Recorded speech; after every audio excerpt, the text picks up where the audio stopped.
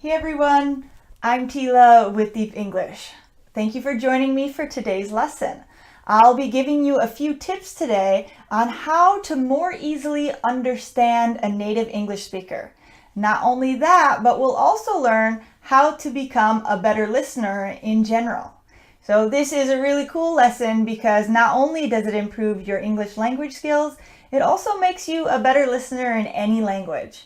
And because we spend 60% of our communication time listening, it's really important that we know how to listen. And I don't think very many people are good listeners. And so I think it's really helpful to take a bit of time to learn about how do we become better listeners. Because right now, you're probably retaining about 25% of what you hear when you hear someone speak in your native language.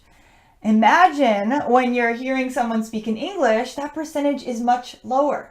So it's worth it to take some time to learn how to understand more easily someone who is speaking in English, who is a native speaker. All right, so let's get started. I'll be giving you 4 different tips today. My first tip is to simply stay present. This is simple, but it's not necessarily easy. So there are 3 ways that I like to use to really stay present. So the first way is that when I'm listening to someone speak Spanish, because this is the other language that I speak, that's my second language, when I'm listening to them speak Spanish, I make sure that I don't over-focus on every word they're saying. So I'm not trying to translate in my head what they're saying. Instead, I soften my focus and I pay attention not only to the words, but also to the tone of their voice, to their facial expressions and their gestures. Because when we tune in too closely to the words, we start to stress ourselves out and we lose the big picture. And sometimes it's hard to follow what they're saying. So don't translate every word in your head. I know it's easier said than done, but try not to do it. So the second way to stay present is to not try to make your response to what they're saying while they're still speaking. So for example, when I was learning Spanish, I would be listening to what the other person was saying, but I was also trying to create the perfect Spanish sentence in my head to say in response. And this was obviously a problem because while I was creating this perfect response in my head, I was missing a lot of what they were saying. I was especially missing their tone and their gestures. So don't try to create a response while they are still talking. Instead, you have to learn to trust yourself. Trust that when they're done talking, that you'll come up with something, and you will. It will be easier the more that you relax into this.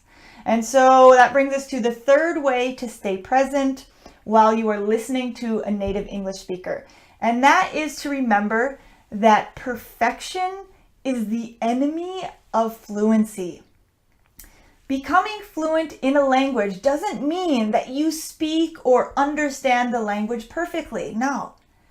It means that you're able to communicate with fluidity in the language, and that's it. That you're able to flow when you speak and when you listen.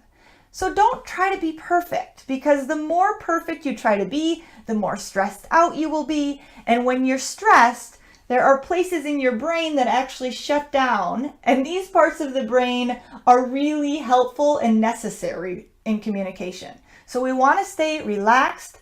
We're not trying to be perfect. Instead, we're just kind of trying to flow with it. All right, so let's move on to my second tip to more easily understanding a native English speaker. And this one is to make learning English a necessity. So you probably have noticed that when you are in an English-speaking country, you learn English more rapidly if you've ever been in one, or you probably heard that you learn English more rapidly. And this is true because when you are in a country that speaks the language that you are trying to learn, you learn it more quickly because you have to learn it. It's necessary for you to catch the bus or for you to go grocery shopping. So you have to learn it. The good news is that we can make learning a necessity in our own lives no matter where we live. So there are a few simple ways to do this.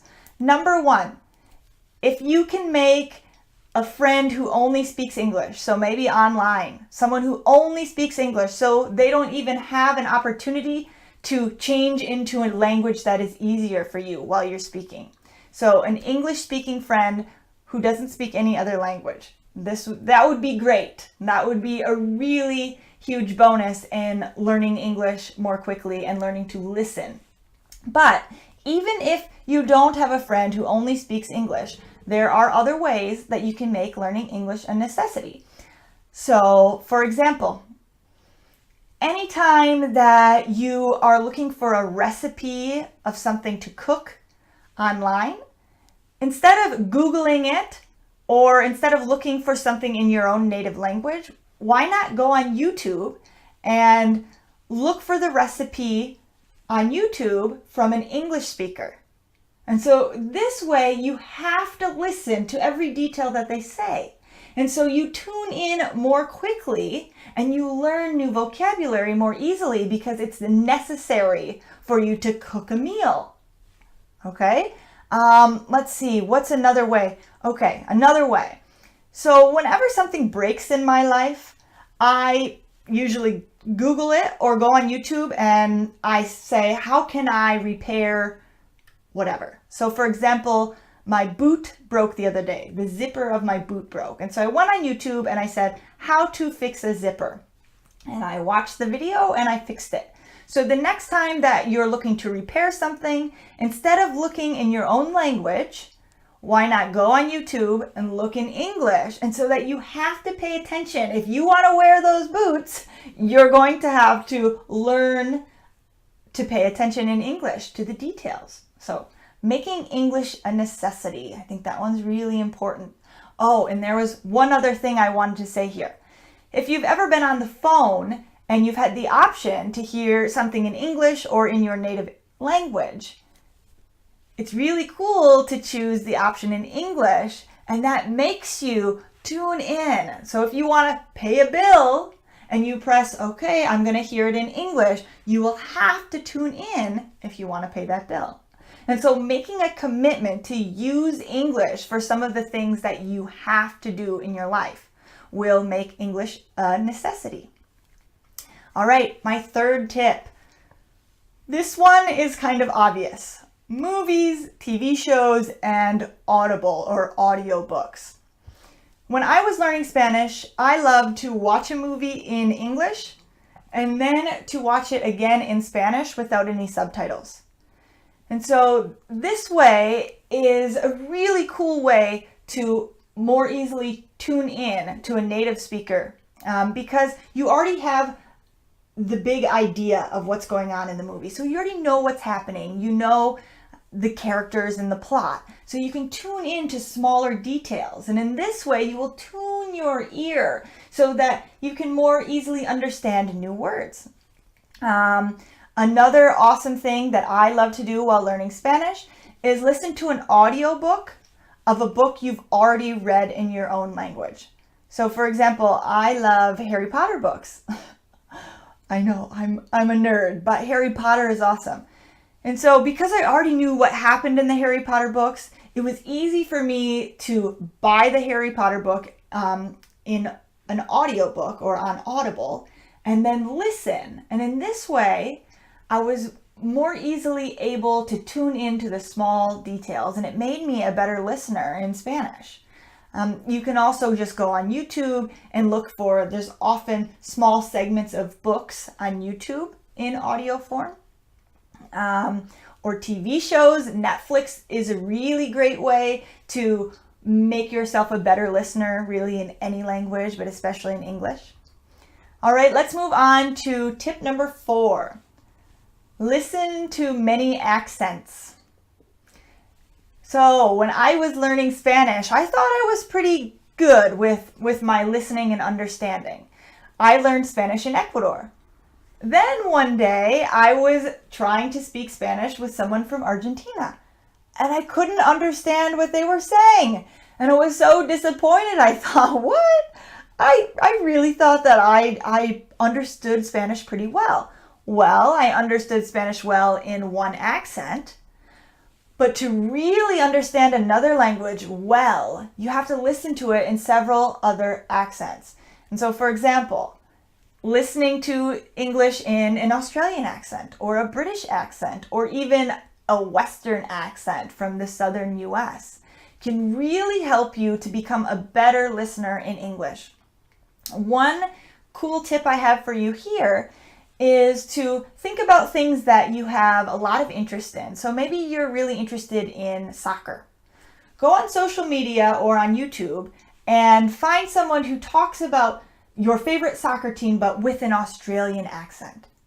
And then find like two more interests. Maybe you're also really interested in doing makeup. So find someone else with maybe a British accent who does tutorials on how to do your makeup. And so in this way, you can listen to several different accents and you'll become a really great listener in English. It will be so much easier for you to understand a native English speaker if you've listened to several different accents. Okay, so those were my 4 tips for becoming a better listener and for more easily understanding a native English speaker.